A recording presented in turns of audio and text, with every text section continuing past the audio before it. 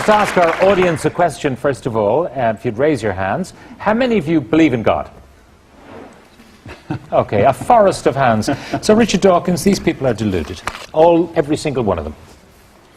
Well, I fear that's right, yes. I would say it's rather like the phenomenon of the imaginary friend that children have and that comfort them and console them. But there's actually not the slightest shred of evidence that any kind of supernatural being exists. Our survey said...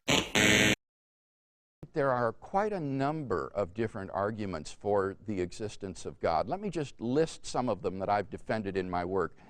One would be the contingency argument that holds that God is the best explanation of why anything at all exists rather than nothing.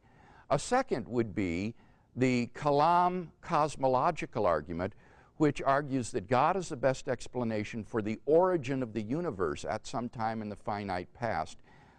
God brought the universe into being from nothing. A third argument would be the design argument, which holds that God is the best explanation for the remarkable fine-tuning of the initial conditions of the universe for intelligent life. Another argument would be the moral argument, that God is the best explanation for the existence of objective moral values and duties in the world. I would also think that the ontological argument for God's existence is a sound argument, which argues that the very possibility of God's existence implies his actuality, and that therefore, if God is even possible, it follows that God exists.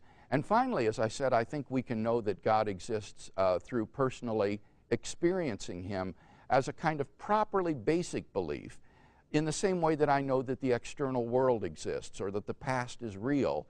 I can know that God exists in that same sort of immediate, non-inferential way. So that would just be a list of various arguments for God's existence that I think are sound and persuasive arguments, and that I've defended in detail in my written work.